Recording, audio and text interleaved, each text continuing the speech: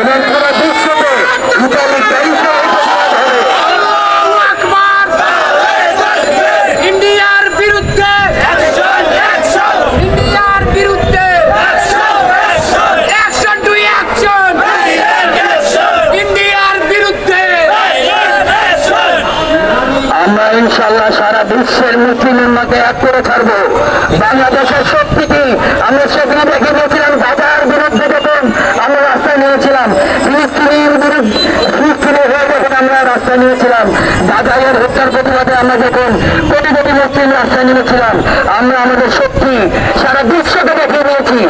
India তুমি যদি ভয় না করো, এখনো তোমার সময় আছে।